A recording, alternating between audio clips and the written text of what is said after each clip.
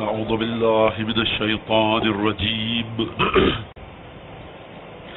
بسم الله الرحمن الرحيم الحمد لله الذي جعل الحمد مفتاحا لذكره وسببا للمزيد من فضله ودليلا على آلائه وعظمته والصلاة والسلام على عبده وأمين وحيه وخاتم رسله سيدنا ومولانا أبي القاسم محمد وعلى أهل بيته الطيبين الطاهرين الذين أذهب الله عنهم الرجس وطهرهم تطهيرا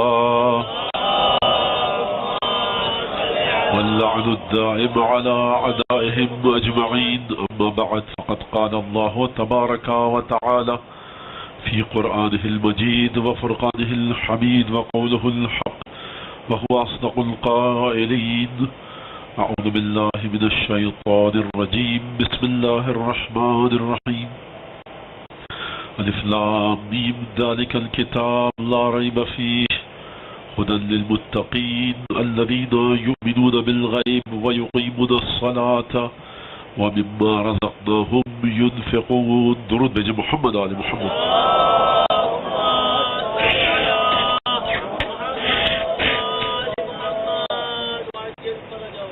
عزیزان گرامی، ایام عزا پہلا اشرا اپنے اختتام کو پہنچا.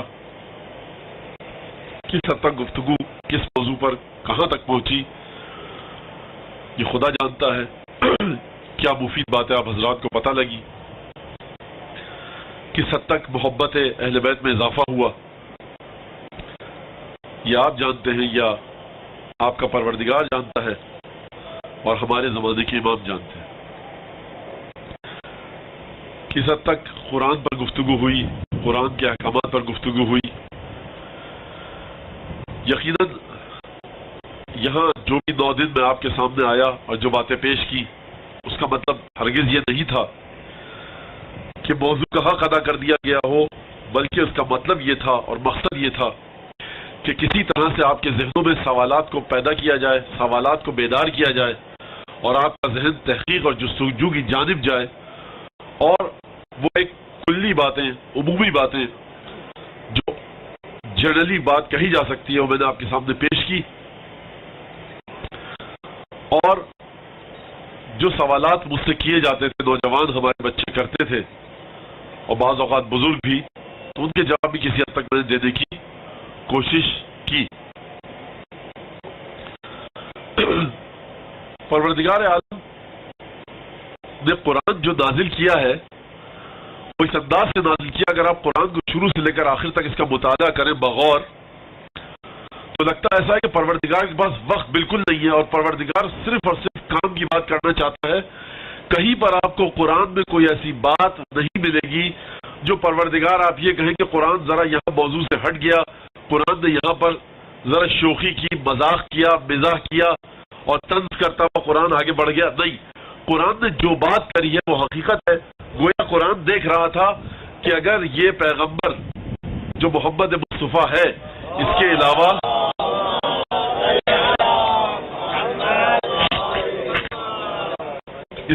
کسی میں یہ صلاحیت ہی نہیں کہ وہ قرآن کو دریافت کر سکے، قرآن کو وصول کر سکے. بے تحاشا اعتراضات آتے ہیں کہ اگر اختلافات ہیں تو کیوں ہیں، اور قرآن نے نام کیوں نہیں لیا افراد کا، شخصیات کا، امامت کے مسئلے کو واضح کیوں نہیں کیا. قرآن نے ایک ایک چیز کو واضح کر دیا ہے، ایک ایک چیز کو. مطالعہ کرے، جا کر انسان دیکھے، پڑھے. قرآن کے بارے میں جب ایک بات آتی ہے تو ایک بات کہہ کر اور پھر آگے بڑھ جاؤں کہ دیکھیے بہت زیادہ یہ بات کری جا رہی ہے کہ آپ قرآن پڑھیے تو قرآن کو سمجھیے تاکہ آپ کی سمجھ میں آئے کہ جو کتاب آسمان سے نازل ہوئی ہے وہ کہنا کیا چاہتی ہے. عزیزان گرامی دیکھیے، آپ حضرات ماشاءاللہ سے پڑھے لکھے لوگ ہیں. جس شخص نے جس زبان میں جو بات کہی ہے، جس شخص نے جس زبان میں جو گفتگو کی ہے، اگر آپ کو وہ زبان آتی ہے اور آپ اس کی گفتگو کو سمجھنے کے لیے ترجمے کا سہارا نہیں لے رہے تو آپ یہ کہہ سکتے ہیں کہ فلانی شخص نے یہ بات کری اور اس کی جانب نسبت دے سکتے ہیں۔ جیسے ہی آپ ترجمے کی طرف آئے تو ترجمہ اردو کا ہے، آپ اردو پڑھ کر خدا کے بارے میں یہ نہیں کہہ سکتے کہ خدا نے یہ لفظ کہا۔ لفظ جو آپ نسبت دے رہے ہیں وہ اردو کا ہے، کتاب عربی میں نازل ہوئی ہے، میڈیم آپ کو کس نے لانے کا حق دیا؟ میری بات توجہ کر رہے ہیں آپ؟ دیکھیے میڈیم آپ کو کس نے لانے کا حق دیا؟ مولانا پھر تو سمجھ میں کیسے آئے گا؟ یہ ایک الگ پرابلم ہے۔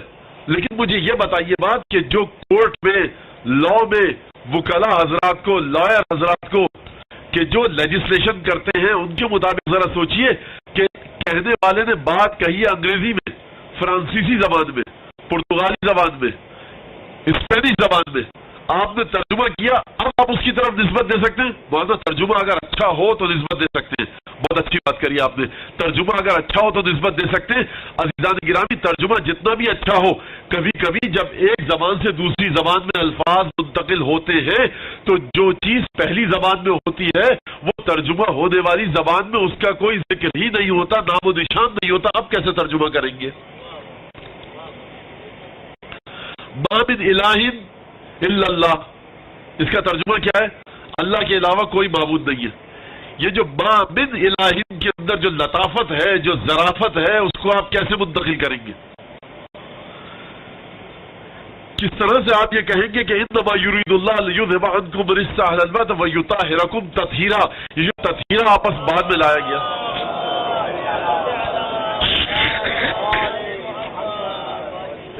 یہ جو تطہیرا لایا گیا، یہ جو آخر میں تطہیرہ کا لفظ لایا گیا، اس کا آپ ترجمہ کیا کرتے ہیں؟ پاک کر دے، جس طرح پاک کرنے کا حق ہے۔ عزیزان گرامی قرآن میں تو یہ نہیں لکھا ہوا کہ پاک کر دے جیسے پاک کرنے کا حق ہے، یہ آپ کہاں سے لائے؟ یہ ہم نے تطہیرہ سے نکالا۔ تو پاک کرنے کا حق جو ہے، حق عربی کا لفظ ہے، یہ کیا پروردگار نہیں لا سکتا تھا؟ پروردگار کیوں نہیں لایا؟ یطہرکم حق کا تطہیر، ہم پاک کر دیں جو حق ہے تطہیر کا، پاک کرنے کا۔ خدا یطہرہ کے بعد تطہیرہ کیوں لایا؟ خدا کیوں لایا ایسا لفظ؟ یہ جو ما من الہ، کوئی خدا ہے ہی نہیں، یہ بات کہنا کیا چاہتی ہے؟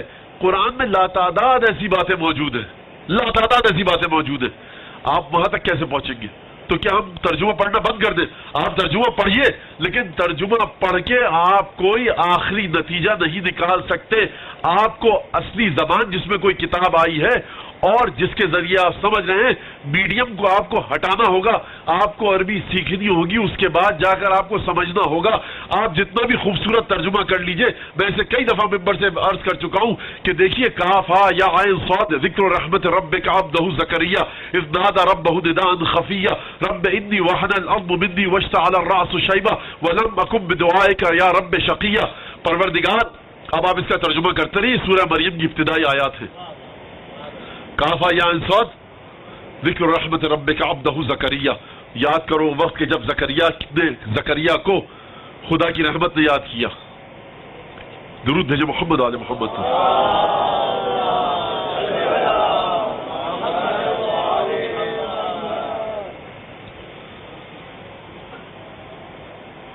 پروردگار عالم انشاءاللہ کہ جناب سیدہ کی اولاد کو ترقی عطا فرمائے، کثرت عطا فرمائے، کامیاب عطا فرمائے۔ جناب سیدہ کی اولاد کے لیے کہ جو جناب سیدہ کے مقصد کو آگے بڑھا رہی ہے، ان کی سلامتی کے لیے ایک دفعہ بلند آواز سے صلوات بھیج دیجیے۔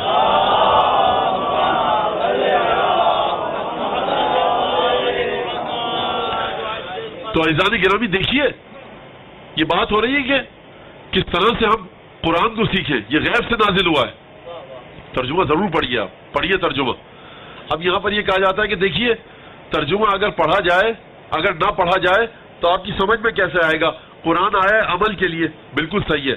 میں کچھ اور بات کہنا چاہتا ہوں، میں کہنا چاہتا ہوں آپ عمل کیجئے، لیکن قرآن کو سمجھیں گے کیسے؟ اچھا اب کوئی بیچارہ قرآن پڑھ رہا ہے، تلاوت کر رہا ہے، قرآن کی حدیث قصہ کی دعا کمیل کی، اس سے پوچھا جاتا ہے آپ کی سمجھ میں آ رہا ہے کیا پڑھنا ہے؟ کہا نہیں۔ کہا پھر کیا فائدہ پڑھنے کا؟ یہ تو طوطا بھی پڑھ سکتا ہے۔ بس یہی وہ بات ہے کہ جہاں پر پروردگار غیب سمجھانا چاہتا ہے. دیکھیے اگر قرآن نام ہوتا فزکس کی کتاب کا، کیمسٹری کی کتاب کا، یہاں پر میں اپنے موضوع سے مرتبط کر رہا ہوں بات کو کہ جس کے لیے آپ کو زحمت دی، قرآن اور سائنس اور دین اور سائنس. اگر قرآن نام ہوتا physics, chemistry, business, accounting, management کی کتاب کا، اور آپ کو مجھ کو انگریزی آتی لیکن ہم نے مینجمنٹ نہ پڑھا ہوتا، ہم شروع سے آخر تک اس کتاب کو پڑھ تو لیتے لیکن مینجمنٹ کے وہ قوانین کے جنہیں جا کر یونیورسٹی میں سیکھا جاتا ہے ہماری سمجھ میں نہیں آتے، کیونکہ ہم نے مینجمنٹ نہیں پڑھا. پولیٹیکل سائنس کی کتاب ہم پڑھ تو سکتے ہیں، انگریزی آتی ہے، لیکن اس کی ٹرمینالوجی کو کما حق نہیں سمجھ سکتے کیونکہ ہم نے پولیٹیکل سائنس استاد کے پاس جا کر نہیں پڑھی. اکاؤنٹنگ کا بھی یہی حال ہے، ہم انگریزی میں پڑھ تو سکتے ہیں اکاؤنٹس کی کسی فائل کو، لیکن سمجھ نہیں سکتے ہو کیا رہا ہے. اگر قرآن accounting, business, management, chemistry, physics, biology کی کتاب ہوتی تو یہ بات کہنا آپ کا صحیح تھا. مسئلہ قرآن کے ساتھ یہ ہے کہ جو اس کو دوسری کتابوں سے جدا کر دیتا ہے کہ یہ کتاب غیب سے آئی ہے. پروردگار کہہ رہا ہے کہ ہمیں پسند ہے یہ بات کہ تم انہی الفاظ کو دوہراؤ. سمجھ میں نہیں آتا کوئی بات نہیں، یہ فزکس کیمسٹری کی کتاب نہیں ہے جس کے لیے سمجھنا ضروری ہو. تم اس کتاب کے الفاظ کو دوہراؤ. فقرؤ ما تیسر من القرآن، جتنا قرآن پڑھ سکتے ہو پڑھو، ہمیں پسند ہے یہی الفاظ دوہراؤ. درود بھیجیے محمد آل محمد.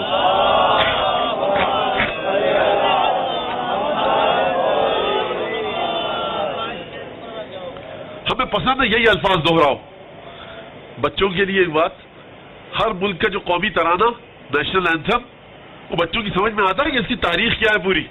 کنڈر گارڈن میں جو بچہ جاتا ہے مونٹیسری میں، اس کی سمجھ میں آتا ہے ترانہ جو پڑھ رہا ہے صبح کو اس کا مطلب کیا ہے. آپ کا اپنا ترانہ ہے، پورے پڑوسیوں کے ملک میں چلے جائیے ان کا اپنا ترانہ ہے، ہندوستان کا اپنا ترانہ ہے، افغانستان کا اپنا ہوگا، ایران کا اپنا ہوگا، چین کا اپنا ہوگا، دنیا میں جاتے جائیے اور دور ہر ملک کا قومی ترانہ ہے. آپ کے بچوں کو سمجھ میں آتا ہے کہ قومی ترانہ جو پڑھ رہا ہے صبح کو اس کا مطلب کیا ہے. کہا جاتا ہے نہیں تم یہ پڑھو. اچھا بات کو آگے بڑھاؤں، آپ کسی ملک میں گئے مہمان، سرکاری مہمان بن کے، آپ کو زبان نہیں آتی، آپ کو چینی نہیں آتی، آپ چین میں گئے، آپ کو ہندی نہیں آتی، سنسکرت نہیں آتی، آپ ہندوستان گئے، آپ کو عربی نہیں آتی، آپ کسی عرب ملک میں گئے سرکاری مہمان بن کے، وہاں ان کا ترانہ بجایا جا رہا ہے، آپ کھڑے ہو جاتے ہیں احترام میں. آپ کی سمجھ میں کیا آ رہا ہے؟ ادب کا تقاضا یہ کہ وہ کھڑے ہیں تو آپ بھی کھڑے ہوئیے. پسند ہے یہاں کے لوگوں کو، ہر ملک کے لوگوں کو کہ قومی ترانے کے احترام میں کھڑے ہو جائیے. اس کا کیا مطلب ہے؟ اس کا مطلب یہ ہے کہ صاحب رشتہ ایک دوستی کا، محبت کا مضبوط ہوگا، ورنہ تو مسئلہ بڑا خراب ہو جائے گا، ان کو گرا گزرے گا اور تعلقات خراب ہو سکتے ہیں. یہی بات ہے نا. اچھا ادب کے خلاف ہے، آداب کے خلاف ہے.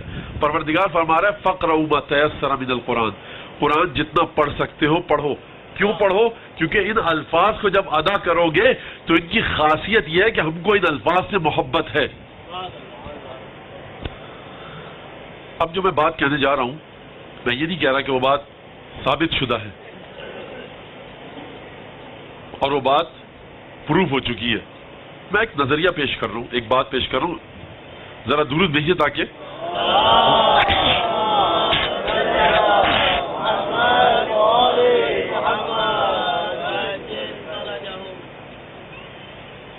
مسئلہ بتا دوں آپ کو. یہ ہوتا ہے میرے ساتھ کہ جب ٹیمپریچر بڑھتا ہے، کم ہوتا ہے، فلیکچویشن آف ٹیمپریچر، تو مجھے ہے الرجی، اور اس کے بعد پھر یہ مسئلہ آتا ہے جو گستاخی میں آپ کے سامنے کر رہا ہوں اور بے ادبی، لیکن کوئی اور رستہ نہیں ہے.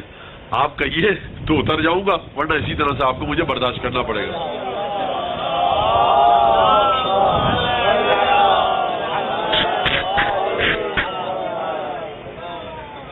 اور آپ حضرات مجلس کے بعد مجھے اگر نسخے بتائیں گے تو اتنے نسخہ سن چکا ہوں میں کہ اب کوئی نسخہ بچا نہیں ہے، اس لیے آپ حضرات کو زحمت ہوگی، میرے پاس نسخوں کی بہت لمبی فہرست موجود ہے. تو دیکھیے ہم جو یہ کہہ رہے ہیں آپ کی خدمت میں، علماء، تمام علماء کہتے ہیں آیت الکرسی پڑھیے صاحب، اس کا یہ ثواب ہے. اچھا آیت الکرسی قرآن زیادہ پڑھیے، آپ کا دماغ تیز ہوگا، آپ کی یادداشت تیز ہوگی، میموری بڑھے گی، الزائمر نہیں ہوگا. اس کا کیا ثبوت ہے؟ اچھا کل اگر کوئی چیز آ کر، اگر کل سائنس آ کر یہ کہہ دے کہ جب آپ آیت الکرسی پڑھتے ہیں تو آپ کی زبان کی جو موومنٹ ہوتی ہے، کبھی کرو ہوتی ہے، کبھی اسٹریٹ ہوتی ہے، کبھی ادھر جاتی ہے، کبھی ادھر جاتی ہے. اس کا فائدہ یہ ہوتا ہے کہ آپ کی بلڈ کیپیلریز، بلڈ سرکولیشن دماغ کی طرف زیادہ تیز کر دیتی ہے اور آپ کا دماغ ایکٹیو ہو جاتا ہے. اور اگر آپ ہر روز اتنی 100 دفعہ آیت الکرسی پڑھیں تو دماغ کو بلڈ سرکولیشن صحیح سے پہنچتا رہتا ہے، کلوٹنگ کا خطرہ ختم ہو جاتا ہے اور آپ کی میموری بڑھ جاتی ہے. اگر کل سائنس آ کر یہ ثابت کر دے تو پھر آپ کیا کریں گے؟ تو میرے دوست کہہ رہے پڑھیں گے. بھائی اس وقت پڑھیں گے، ابھی خدا کہہ رہا ہے پڑھیے، علماء نے کہا پڑھیے تو پڑھیے. دیکھیے کل تک ہمیں کہا جاتا تھا کہ صاحب، بہت سیدھی سی مثال ہے کہ آٹے کو چھان کر روٹی پکائیے، اس کی بھوسی الگ کر دیجیے کیونکہ آٹے کا رنگ، روٹی کا رنگ خوشنما نہیں رہتا.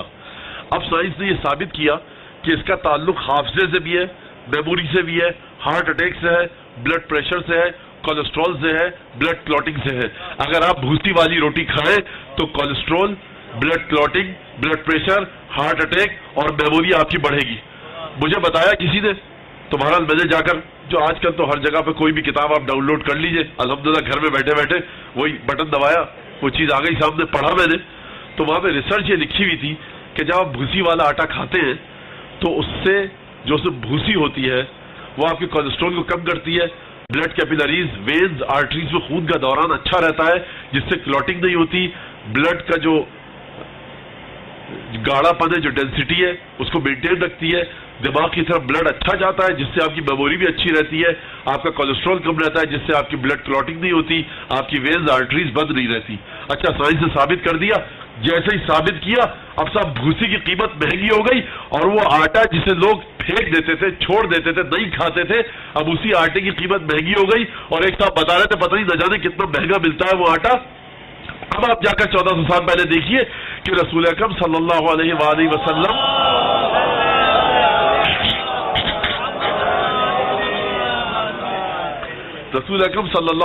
وسلم جو روٹی کھاتے تھے وہ چھنے ہوئے آٹے کی نہیں کھاتے تھے.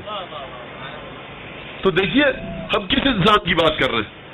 اس انسان کی. ابھی مجھ سے کسی نوجوان نے سوال کیا، میں نے اس کو یہی جواب دیا تھا کہ وہ نا آج یہ ایکسیپٹ نہیں کی جاتی بات، یا کل وہ ایکسیپٹ نہیں کی جاتی تھی، یہ ہوتا تھا وہ ہوتا تھا.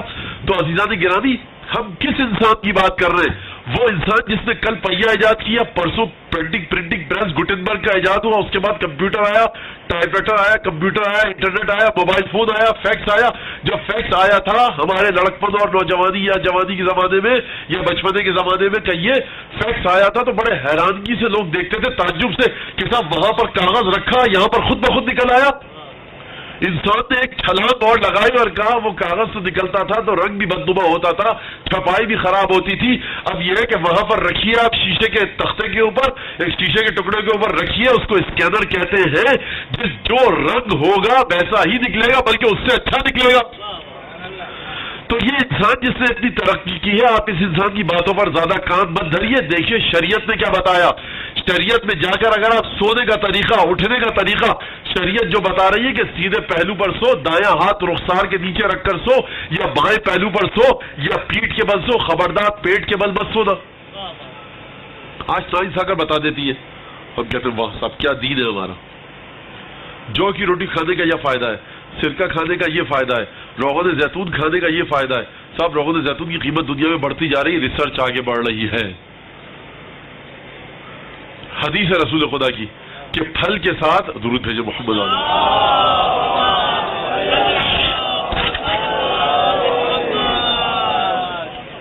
پھل کے ساتھ کھانا مت کھاؤ. پھل کھانے کو برباد کر دیتا ہے یا کھانا پھل کو برباد کر دیتا ہے. کیا مطلب؟ اس کا اثر ختم ہو جاتا ہے. ابھی آپ ریسرچ کرتے رہیے، دیکھتے رہیے. طب ائمہ کے نام سے کتابیں چھپ چکی ہیں. اب وہ ایک الگ شعبہ ہے. میں نہیں کہہ رہا کہ آپ اس کتاب کو لیں اور اس پر عمل کرنا شروع کر دیں، میں قطعاً یہ نہیں کہہ رہا.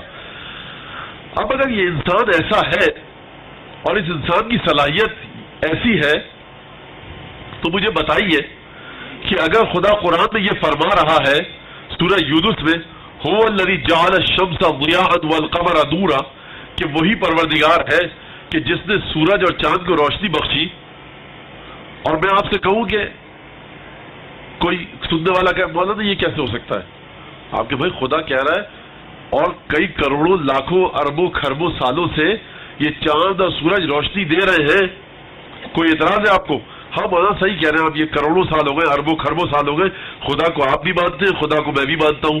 اب اگر آپ سے کہا جائے خدا نے کروڑوں اربوں خربوں سال سے کسی مخلوق کو باقی رکھا ہوا ہے اور آپ مجھ سے پوچھیں وہ مخلوق کون سی ہے، میں کہوں گا صاحب یہ دیکھ لیجیے چاند اور سورج. آپ جا کر سائنس کی کتابوں میں پڑھیں گے، ایسٹرونومی میں پڑھیں گے، آپ مان لیں گے بات کو. ہاں صحیح بھائی، کیا خدا کے وجود کی دلیل ہے؟ ہم بھی خدا کو مانتے ہیں، آپ بھی خدا کی قدرت کو، آپ بھی اور ہم بھی. اب خدا نے کیا کیا پیدا کیا، ہم اور آپ مل کر ڈھونڈتے ہیں تو چاند سورج ستارے ہم کو دکھتے ہیں. یہ واضح ہے بات. اچھا، اس کا مطلب ہے خدا کی قدرت یہ خلق کر سکتی ہے. اب اگر یہ سوال کیا جائے کہ دیکھو هو الذی ارسل رسولہ بالہدی ودین الحق لیظہرہ علی الدین کلہ ولو کرہ المشرکون ولو کرہ الکافرون، اللہ نے اپنے رسول کو بھیجا حق کے ساتھ، دین کے ساتھ، لیظہرہ علی الدین کلہ، تاکہ دین اسلام ہر دین پر غالب آ جائے، چاہے کفار کو کتنا ہی برا کیوں نہ لگے، چاہے مشرکوں کو کتنا برا کیوں نہ لگے. تو آپ کہیں گے مولانا دیکھیے دین تو غالب ہو گیا. کہاں غالب ہوا؟ پروردگار نے وعدہ کیا هو الذی ارسل رسولہ بالہدی ودین الحق لیظہرہ علی الدین کلہ. دین غالب کب ہوا مولانا؟ ابھی تو دین کے بہت سے آپ کہیں مجھ سے کہ دین تو غالب ہو گیا، تو میرا جواب یہ ہوگا دین کہاں غالب ہوا؟ آپ کہیں گے دیکھیے مولانا ریسرچ ہو رہی ہے، کتنے مسواک کا طریقہ یہ ہے، دانت کو صاف کرنا چاہیے اور عطر لگانا چاہیے اور غسل کرنا چاہیے، کپڑے سفید پہننے چاہیے، یہ سب باتیں رسول خدا نے بتائیں اور آج کی دنیا مان رہی ہے. عزیزان گرامی، دین صرف ہائیجین کے لا کا نام نہیں ہے. دین کہتا ہے میراث بھی تقسیم کرو تو قرآن کے مطابق، شادی کرو قرآن کے مطابق، طلاق دو قرآن کے مطابق، محبت کرو جس سے کرنی ہے قرآن کے مطابق، نفرت کرو قرآن کے مطابق، اپنے معاشرے کو چلاؤ قرآن کے مطابق، بیوی بچوں کے حقوق قرآن کے مطابق، والدین کے حقوق قرآن کے مطابق. دین صرف حفظان صحت کے اصولوں پر عمل کرنے کا نام نہیں ہے. دین نام ہے کمپلیٹ پیکج کا، جو شروع ہوا بسم اللہ الرحمن الرحیم سے اور ختم ہوا قل اعوذ برب الناس ملک الناس پر آ کر. یہ پورا مکمل پیکج ہے اگر کتابی صورت میں دیکھیں، اور اگر انسانی صورت میں دیکھیں رسول خدا سے شروع ہوا، امام زمانہ پر ختم ہوا.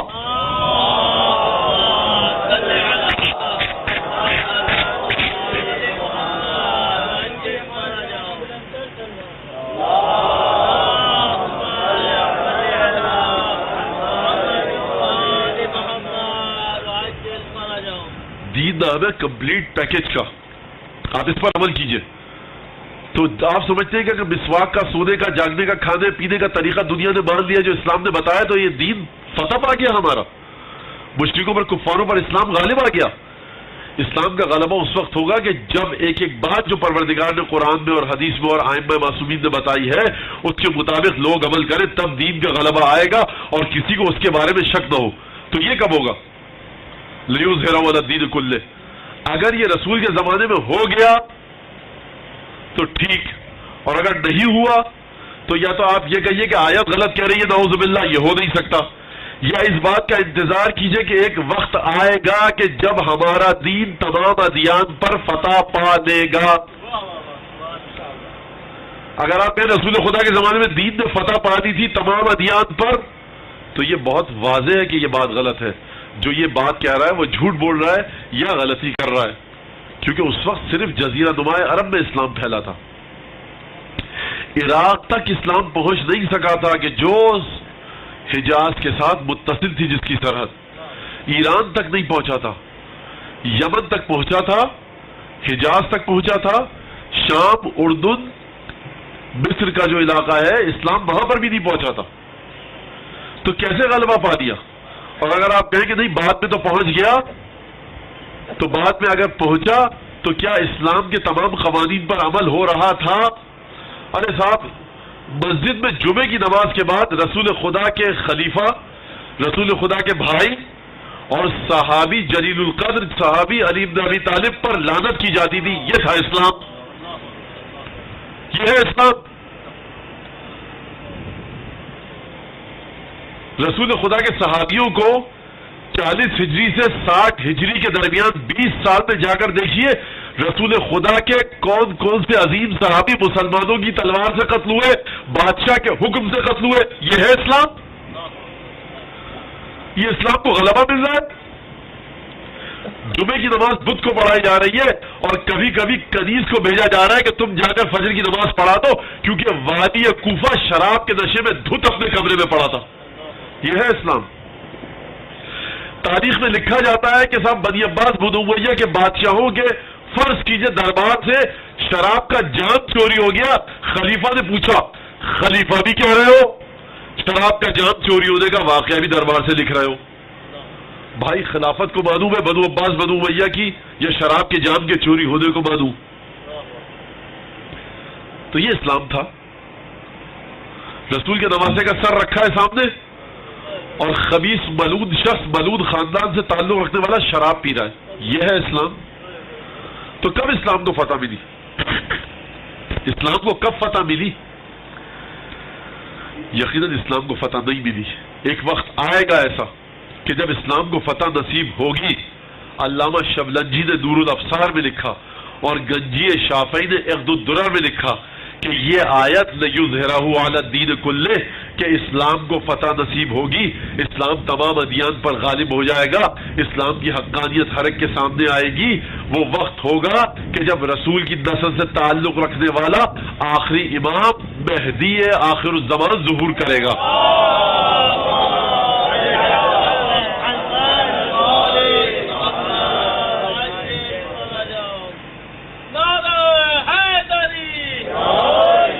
امام زمانہ ظہور کریں گے جب اسلام کو فتح نصیب ہوگی. اچھا تو امام زمانہ بھائی دیکھیے, امام 250 ہجری کے اندر رسول خدا کی سال ہجرت, رسول خدا کی رحلت کے 240 سال بعد پیدا ہوئے. کیا ان کا انتقال ہو گیا امام کا؟ نہیں, ابھی تک زندہ ہے. بولو تو یہ کیا بات کی؟ یہ بات آج کل کی سائنس کے حساب سے صحیح نہیں ہے. دیکھیے آج کل بہت لوگ پڑھے لکھے ہو گئے ہیں اور یہ باتیں مت کیجئے 1400 سال سے ایک آدمی زندہ ہے. کیا بیوقوفی کی باتیں کر رہے ہیں آپ؟ یہ اعتراض کیا ہے آپ کو اگر ایک آدمی 1400 سال سے زندہ ہے؟ کہا ایک آدمی کیسے 1400 سال سے زندہ ہو سکتا ہے؟ تو میں عرض کروں گا کہ جب میں نے قرآن کی آیت پڑھی تھی چاند اور سورج کے بارے میں کہ خدا نے ان کو زندہ رکھا ہوا ہے کروڑوں سال سے, اس وقت تو آپ کو اعتراض نہیں ہوا تھا. وَالَّذِي جَعَلَ الشَّمْسَ ضِيَاءً وَالْقَمَرَ نُورًا. مانو وہ چاند سورج کی بات الگ ہے. ارے آپ چاند سورج انسان حیوان میں مت پھنسیے, خدا کی قدرت کو دیکھیے نا. اگر آپ خدا کو مانتے ہیں خدا کی قدرت میں آپ کو شک ہے, خدا کی قدرت میں شک نہیں ہے, لیکن یہ واقعہ ثبوت کریں. جا کر دیکھیے 150 کے قریب کتابیں ہیں اہل سنت اور اہل تشیع.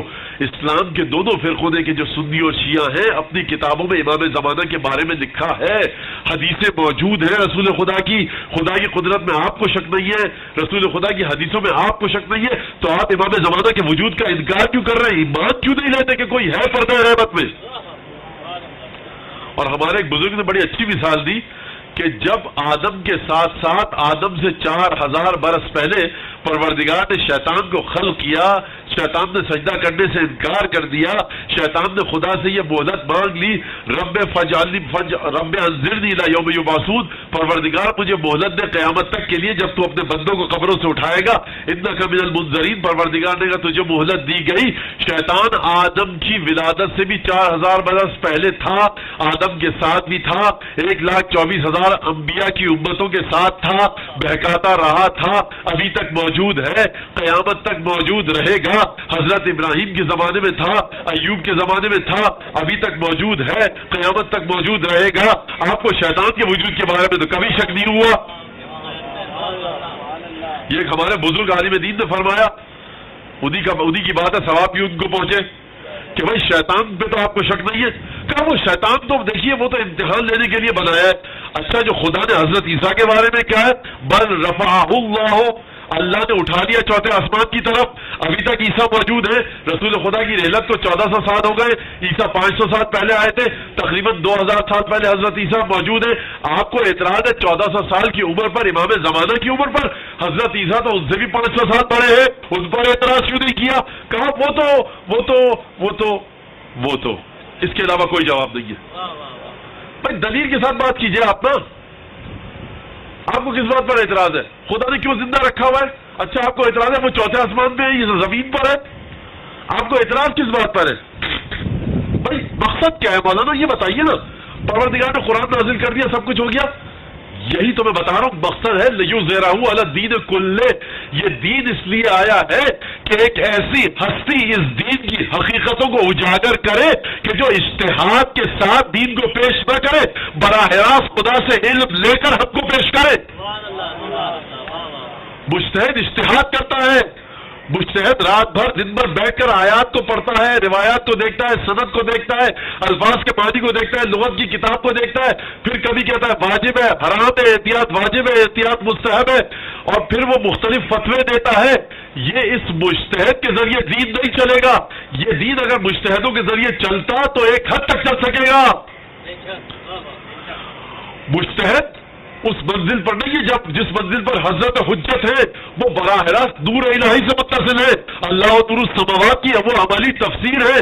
مجتہد کتاب کے ذریعے علم حاصل کر کے بتاتا ہے، حضرت حجت براہ راست خدا سے علم حاصل کر کے بتاتے ہیں. کہاں کتابوں کے صفحے پلٹ کر علم حاصل کرنا اور کہاں براہ راست خدا سے علم لینا.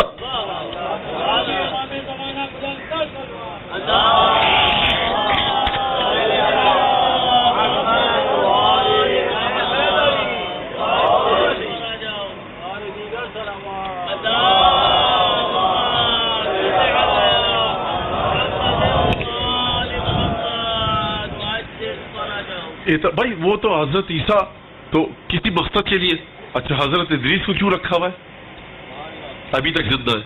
حضرت خضر کو کیوں رکھا ہوا ہے؟ حضرت الیاس کو کیوں زندہ رکھا ہوا ہے بعض روایتوں کے مطابق؟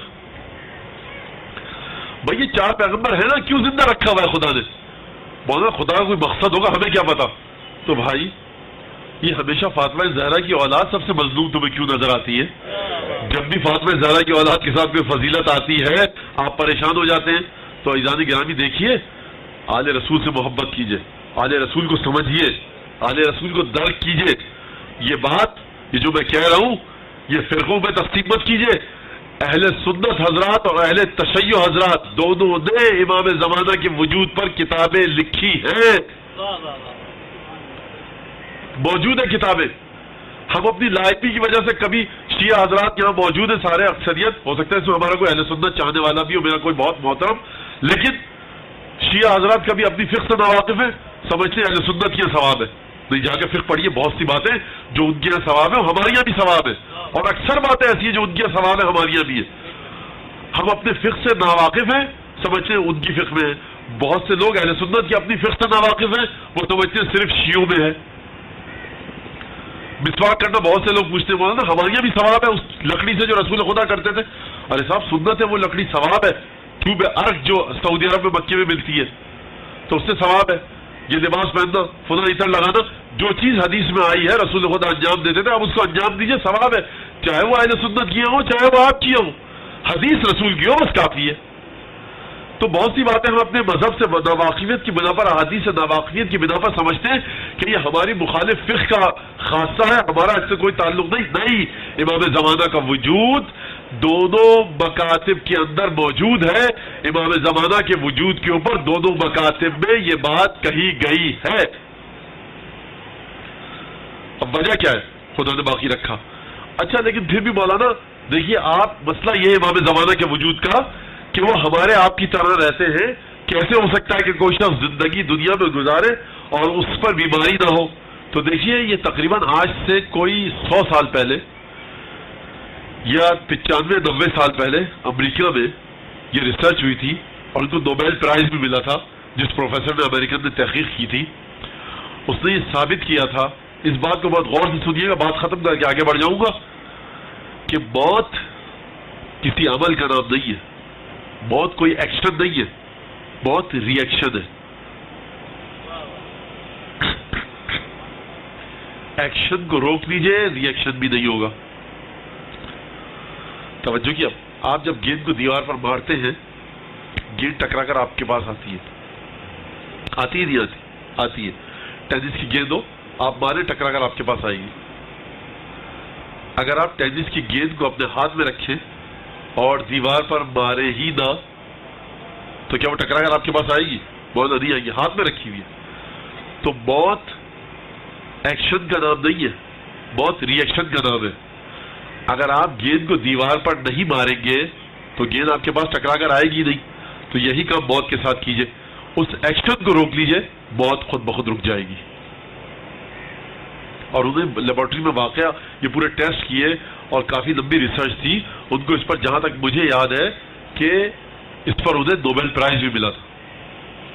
تو اس کا مطلب یہ ہے کہ وہ خدا کہ جس نے چاند اور سورج کو باقی رکھا ہوا ہے، اس ایکشن کو روکا ہوا ہے خدا نے کہ جس کے ذریعے چاند اور سورج کی موت ہو جائے، تو کیا اس خدا کی قدرت میں کوئی کمی ہے کہ وہ ایک ایسے انسان کو باقی رکھے اور اس کی ذات تک ایسے ایکشنز کو نہ پہنچنے دے کہ جس کے ذریعے موت کا ریئیکشن رک جائے اور وہ 1400 سال تک زندہ ہے؟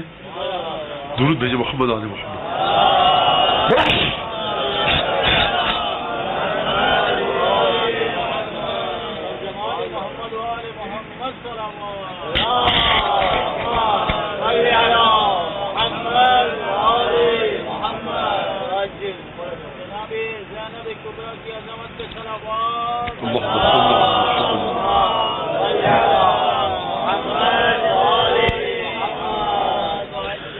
تو سوال یہ ہے کہ جس خدا نے حضرت ادریس کو، جس خدا نے حضرت عیسیٰ کو، جس خدا نے حضرت الیاس کو، جس خدا نے حضرت خضر کو، جس خدا نے شیطان کو ابھی تک زندہ رکھا ہوا ہے، تو کیا حرج ہے کہ وہ حضرت حجت امام زمانہ کو بھی زندہ رکھے اب تک؟ کیا حرج ہے؟ کیوں زندہ رکھے؟ کیونکہ یہ دین خود کہہ رہا ہے ارسلہ رسولہ بالہدی ودین الحق، اس نے رسول کو بھیجا ہے دین دے کر۔ یہ دین معصوم کے ذریعے آگے بڑھ سکتا ہے، غیر معصوم اس دین کو نہیں چلا سکتا۔ اگر غیر معصوم اس دین کو چلائے گا تو پروردگار کو یہ کہنے کی ضرورت نہیں پڑتی لتخرج الناس من الظلمات الی النور۔ حبیب، اس قرآن کے ذریعے تم لوگوں کو گمراہی سے نکالو گے۔ حبیب کی ضرورت ہے، معصوم کی ضرورت ہے اس دین کو آگے بڑھانے کے لیے، اس دین کو چلانے کے لیے، اس دین کے سلسلے کو آگے بڑھانے کے لیے۔ معصوم کی عصمت کے بغیر یہ دین آگے نہیں چل سکتا۔ کیوں؟ کیونکہ معصوم دین کے حقائق کو براہ راست خدا سے لے سکتا ہے، مجتہد مرجع تقلید دین کے حقائق کو خدا سے نہیں لے سکتا، وہ کتاب سے لے گا۔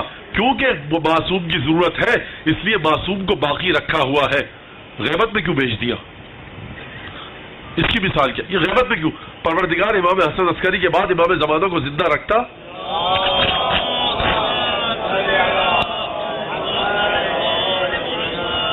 اور اس کے بعد حکومت کو قائم کروا دینا، جنگ ہوتی اور حکومت قائم ہو جاتی۔ عزیزان گرامی دیکھیے، اس کی مثال پیش کروں۔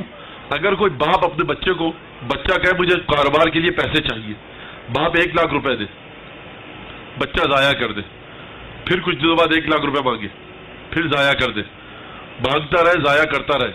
ایک وقت ایسا آئے گا کہ باپ کہے گا کہ دیکھو اب جا کر ذرا تم سڑکیں ناپو،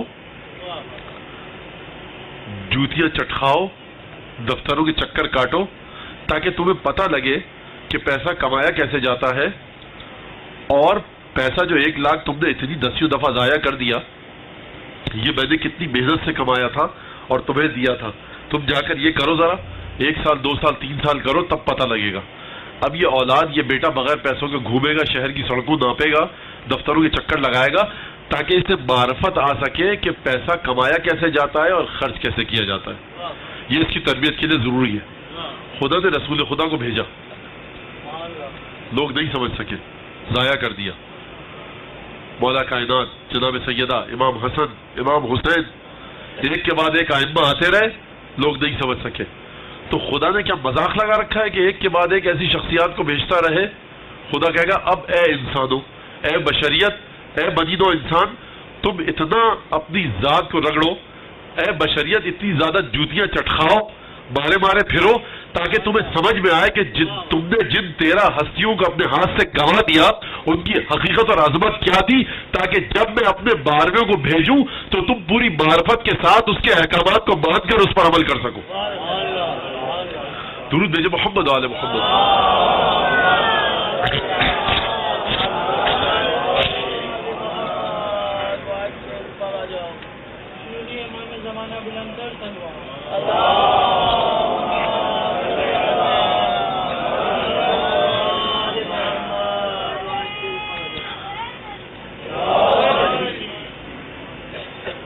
پھر یہ سید الشہداء کے واقعے کا ربط امام زمانہ کے ساتھ ہوتا رہا، مسئلہ ہوتا رہا.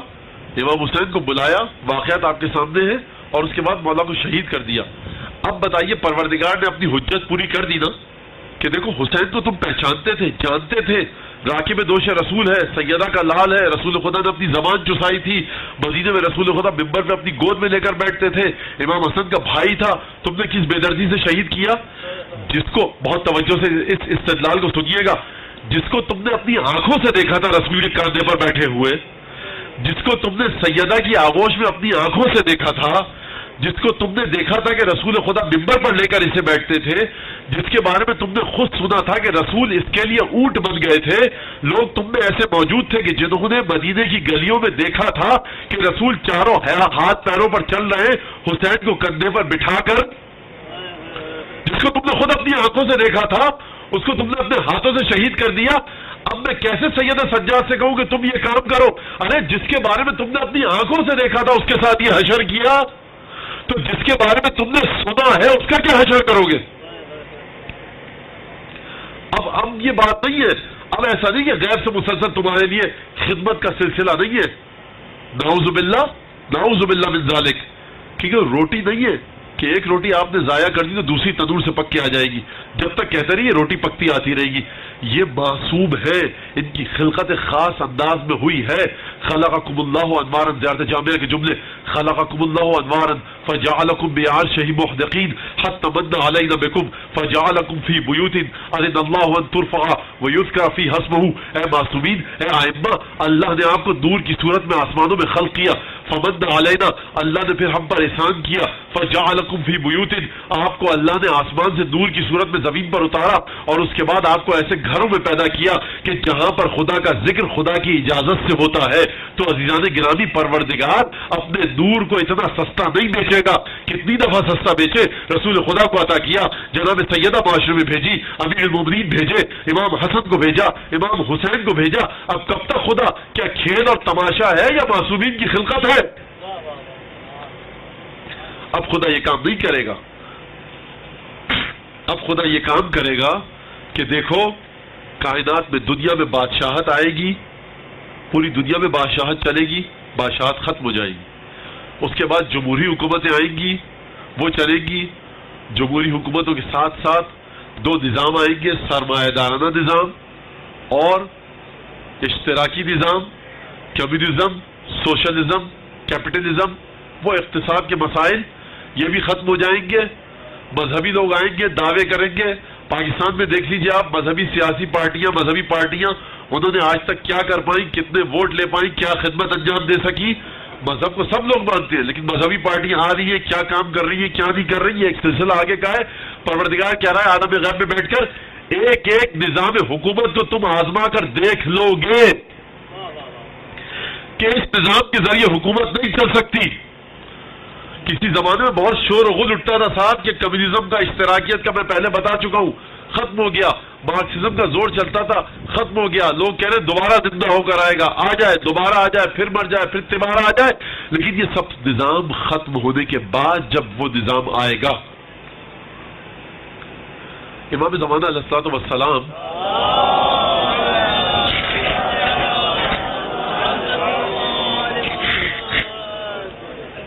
جب ظہور کریں گے، کسی روایت میں نے نہیں پڑھا، محدثین چاہے اہل سنت کے ہوں چاہے اہل تشیع کے، کسی روایت میں نے نہیں پڑھا کہ ان کے خلاف فوج جو ہے وہ کینیڈا سے آئے گی، امریکہ سے آئے گی، یورپ سے آئے گی. انہی مسلمان ملکوں سے فوج آئے گی. اس کی وجہ شاید، اب یہ شاید تو یاد رکھیے گا، شاید یہ ہو کہ وہ لوگ عقل و شعور کی اس منزل میں پہنچ جائیں گے کہ اگر امام زمانہ آ کر ان کے سامنے کوئی ضابطہ حیات رکھیں گے، وہ بغیر جنگ کے مان لیں گے. یہ مسلمان ہوں گے کہ نہ جنہوں نے رسول کی زندگی میں صحیح سے قرآن پر عمل کیا، نہ رسول کے جانے کے بعد قرآن پر عمل کیا. یہ قرآن فرما رہا ہے، یہ میں نہیں کہہ رہا. وما حرست، اے حبیب ولو وما اکثرهم ولو حرست بمؤمنین. حبیب تمہارا جتنا دل چاہے، یہ خدا رسول خدا سے مخاطب ہے، یہ رسول خدا کے بعد کے زمانے کی بات نہیں ہو رہی. اے حبیب وما اکثرهم ولو حرست بمؤمنین، حبیب تم جتنا بھی تمہارے دل میں تمنا آ جائے، حرص اور لالچ آ جائے کہ یہ سب لوگ ایمان لے آئے، ان میں سے اکثر ایمان نہیں لائیں گے۔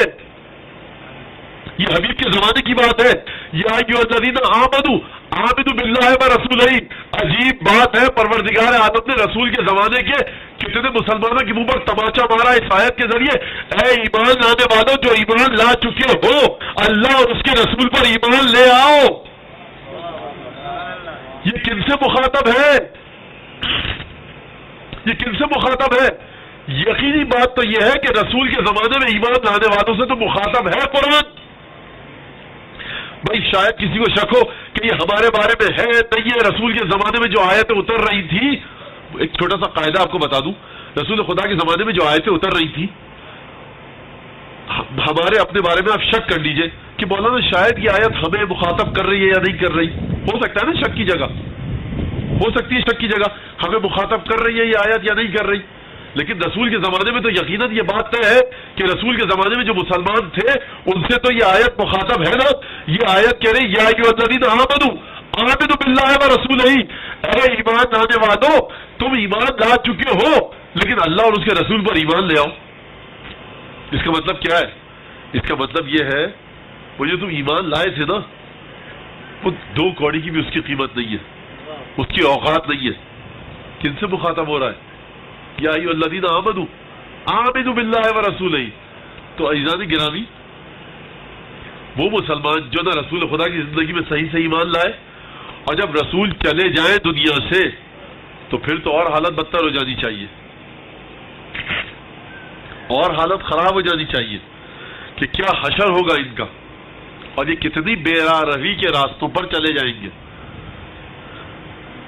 تو کس کا مطلب یہ ہے کہ حتیٰ رسول خدا کے زمانے میں بھی اسلام کو غلبہ حاصل نہیں ہوا تھا۔ ایک زمانہ آئے گا جب اسلام کو غلبہ حاصل ہوگا۔ وہ کون سا زمانہ ہوگا؟ وہ وہی زمانہ ہوگا جو گنجی شافعی نے اپنی کتاب میں لکھا ہے، جو عقد الدرر میں، دور الابصار میں، علماء اہل سنت نے لکھا ہے اپنی کتابوں میں، علماء اہل تشیع نے لکھا ہے اپنی کتابوں میں کہ جب امام زمانہ آئیں گے اور اس کے بعد آپ آ کر اپنے ظہور کا اعلان کریں گے اور پھر اسلام کی حکومت قائم ہوگی اور پھر اسلام کے قوانین کی بالادستی ہوگی، شریعت کا بول بالا ہوگا، اور یہ مسلمان اپنے دین سے اتنے دور جا چکے ہوں گے کہ جب امام زمانہ آ کر دین اسلام کو پیش کریں گے تو یہ لوگ کہیں گے یاتی بدین جدید، یہ مہدی کون سا دین لے کے آیا؟ یہ وہ دین نہیں ہے جو رسول خدا لے کر آیا تھا، یہ کوئی نیا دین ہے۔ یہ کون کہے گا؟ یہ وہ لوگ کہیں گے جو خود دین کی الف بے سے واقف نہیں ہے۔ قرآن کہہ رہا ہے یہ رسول کے زمانے میں ایمان نہیں لائے تھے، تو جو رسول کے زمانے میں ایمان نہیں لائے آج کل ان کی کیا حالت ہے؟ اس وقت اور بدتر حالت ہوگی جب امام زمانہ آئیں گے تو ایسے لوگ کہ جن کو خود دین نہیں پتا وہ رسول کے بیٹے سے کہیں گے یہ کون سا دین ہے؟ اس سے کہیں گے جو غیب سے علم حاصل کر رہا ہے۔ آپ سے درخواست ہے کہ امام زمانہ کی ظہور کی تعجیل کے لیے 3 مرتبہ بلند آواز سے صلوات پڑھیے۔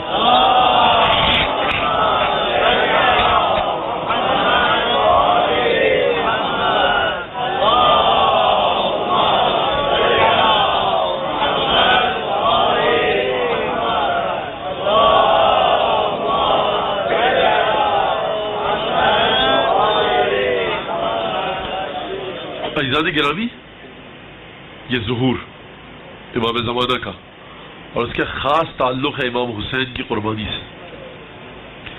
آپ حضرات سن چکے آج مرثیے میں کہ جب امام حسین یکا و تنہا رہ گئے تو ایک دفعہ آپ نے آواز بلند کی، صدا استغاثہ، هل من داب يذب عن حرم رسول اللہ اما من مغیث یغیثنا، ہے کوئی ایسا کہ جو ہماری مدد کرے؟ ہے کوئی ایسا کہ جو رسول خدا کی بیٹیوں کی حفاظت کرے؟ پس ایک دفعہ حسین نے ایک عجیب کام کیا، خیمے میں آئے۔ یہ وہ وقت ہے کہ غروب آفتاب ہونے میں 2-2.5 گھنٹے باقی ہیں۔ عباس دریا پر سو چکے، علی اکبر، اون محمد، قاسم اولاد عقیل، حضرت عباس کے 3 بھائی، حر، حبیب ابن مظاہر، حسین کے خیموں کے ساتھ ان کی لاشیں رکھی ہوئی ہیں۔ دیکھیے بڑا کٹھن مرحلہ ہے۔ حسین نے پوری رات جاگ کے گزاری ہے، قرات قرآن کی ہے، ذکر خدا کیا ہے، نماز پڑھی ہے، خیموں میں پانی تو نہیں تھا نا؟ لاشیں اٹھا کر لاتے رہے ہیں، پیاس کی شدت ہے مولا پر۔ خیمے میں ایک دفعہ آئے اور ایک دفعہ آ کر مولا نے بیویوں کا نام لے کر مقتل کے مطابق اپنی بہنوں کا نام لیا، حتیٰ بعض جگہوں پر ملتا ہے جناب فضہ کا نام لیا، جناب سکینہ، جناب رقیہ کا نام لیا۔ علیکم منی السلام، اے رسول زادیوں، اے ماں کی کنیز فضہ، اب تم پر ہمارا سلام ہو۔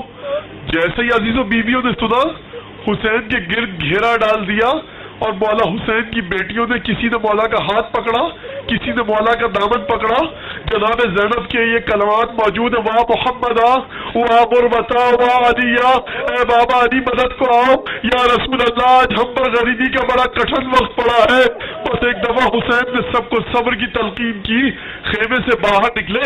عزیزوں جناب زینب کو کوئی معمولی ہستی نہ سمجھے، زینب وہ ہے کہ جو آل محمد کے رازوں کی امانت دار ہے، زینب وہ ہے کہ جس نے فاطمہ کی آغوش میں تربیت پائی ہے، جس کی رگوں میں فاطمہ کا خون ہے۔ حسین کی شہادت کا وقت اتنا کٹھن ہے کہ جب حسین نے دیکھا کہ زینب کے چہرے کا رنگ متغیر ہو رہا ہے اور نزدیک ہے کہ شاید زینب کی روح بدن سے نکل جائے، یہ وہ معجزہ ہے جو حسین نے دکھایا۔ ایک دفعہ شہزادی کے سینے پر ہاتھ رکھ کر نہ جانے مولا نے کون سا تصرف کیا، زینب کے دل کو قرار آیا، خیمے سے باہر آئے۔ شاید بیوی نے کہا ہو، حسین نے دائیں بائیں دیکھا ہو، میں ہاتھوں کو جوڑ کے عرض کروں گا مولا وہ مدینہ تھا جب گھوڑے پر بیٹھے تھے تو شاید اکبر نے رکابیں تھامی ہو، عباس نے لگام تھامی ہو، بھانجے بھتیجے پاس کھڑے تھے، آپ گھوڑے پر سوار ہوئے ہو، لیکن اللہ اکبر فاطمہ کے لال کی مظلومیت، ارے گھوڑے پر سوار ہونا چاہتا ہے، کوئی نہیں ہے کہ جو لگام پکڑ سکے۔ بس ایک دفعہ زینب آئی رخصت کے لیے، زینب دیکھو اب ہم جا رہے ہیں، زینب دیکھو حسین کے بچوں سے خبردار، یتیمی کا داغ ہے، ارے حسین کے بچے بہت تکلیف میں ہوں گے۔ وصیتیں فرمائی، ایک دفعہ خیمے میں گئے، سید سجاد کو گلے سے لگایا، ودائے امامت سپرد کیے، گفتگو کی، کہا بابا یہ آپ کے جسم پر خون کیسا ہے، یہ زخم کیسے ہے؟ کہا بیٹا سب شہید ہو گئے۔ بس سید سجاد نے یہ سنا، ایک دفعہ غیرت ہاشمی کو جلال آیا، ایک دفعہ سید سجاد ارے نیزے کا سہارا دے کر اٹھ کھڑے ہوئے، لیکن مشیت عزت نہ چاہتی تھی کہ سید سجاد شہید ہو۔ میرے مولا کو غشایا، دوبارہ بستر پر گر پڑے۔ تاریخ کے مطابق حسین نے گلے لگایا، حسین دوبارہ خیمے سے باہر نکلے، ذوالجناح پر سوار ہوئے، ایڑ لگا کر آگے بڑھنا چاہتے ہیں، ایک دفعہ ذوالجناح نے آگے بڑھنے سے انکار کر دیا۔ حسین نے سبب دریافت کیا، ذوالجناح نے اپنے منہ کو اپنے سمو کی جانب اشارہ کیا، کہا یابن رسول اللہ ذرا سمو کی طرف دیکھیے۔ اب جو حسین نے سمو کی طرف دیکھا تو علامہ شوشتری لکھتے ہیں کہ دیکھا 3 سالہ بچی ذوالجناح کے سمو سے لپٹی ہوئی ہے۔ اور میرے بابا کے ذوالجناح، میرا چچا گیا تو آیا، بھیا اکبر گئے نہ آئے، بھیا قاسم گئے لوٹ کر نہ آئے، اے ذوالجناح میرے بابا کو نہ لے کر جاؤ۔ بس ایک دفعہ حسین گھوڑے سے زمین پر آئے، تپتی ریت پر بیٹھے، اس بچی کو اپنے گھٹنوں پر بٹھایا، آغوش میں بٹھایا، سر پر ہاتھ پھیرا ہوگا، گالوں کا بوسہ دیا ہوگا، کہا ہوگا بٹیا دیکھو ہم جا رہے ہیں، تمہیں پیاس لگی ہے نا، شاید پانی کی کوئی سبیل کر لے، تسلی دے کر بچی کو دوبارہ خیمے میں بھیجا۔ بس میں 2 جملے مولا سے کہوں گا، مولا یہ وہی بچی ہے نا کہ رخصت کے وقت گالوں پر ہاتھ پھیرا ہوگا، سر بپیشانی کا بوسہ دیا ہوگا، بڑے پیار سے خیمے میں بھیجا ہوگا۔ مولا کاج شام غریبہ میں ہوتے یہی بچی تھی، رخسار تماچوں سے لال تھے، کانوں سے خون بہ رہا تھا، یہ آپ کو مولا مدد کے لیے پکار رہی تھی، لیکن آپ نہر کے کنارے سو رہے تھے۔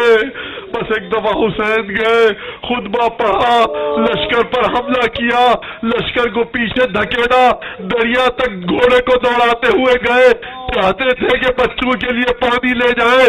کسی نے کہا حسین ارے کیا پانی کی طرف جا رہے ہو؟ دیکھو تمہارے بیوی بچوں کی جانب لشکر اشقیہ جا رہا ہے۔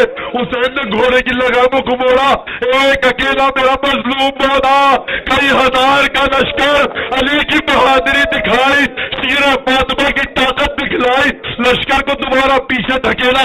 حسین ایک عجیب کام کر رہے ہیں، آپ سب کو خدا کربلا کی زیارت کروائے، قلعہ زینب یا جا کر دیکھیے گا، ایک عجیب کام کر رہے ہیں مولا، لشکر کو پیچھے دھکیلتے ہیں، لشکر کو پیچھے دھکیلتے ہیں، دوبارہ ٹیلے پر جاتے ہیں، لا حول ولا قوت الا باللہ، لشکر نزدیک آتا ہے، میرا مولا گھوڑے کو دوڑاتا ہوا دوبارہ ٹیلے سے نیچے اترتا ہے، لشکر کو دھکیلتا ہے، مولا کر کیا رہے؟ دیکھو خبردار حسین کی زندگی میں لشکر رسول زادیوں کے خیموں تک نہ پہنچے۔ مولا ارے سلام ہو آپ کی خیرت کو، آپ شام غریبوں میں کہاں تھے؟ بس ایک دفعہ دھکیل رہے پیچھے، دوبارہ خیموں میں آئے۔ اب جب بچوں نے، بہن نے دیکھا کہ جسم پر تیر پیوست ہے، رسول زادیوں کا کیا حال ہوا ہوگا، سکینہ کا کیا حال ہوا ہوگا؟ ارے بابا یہ آپ کا کس نے حال کیا؟ ایک دفعہ دوبارہ سب کو گلے لگایا،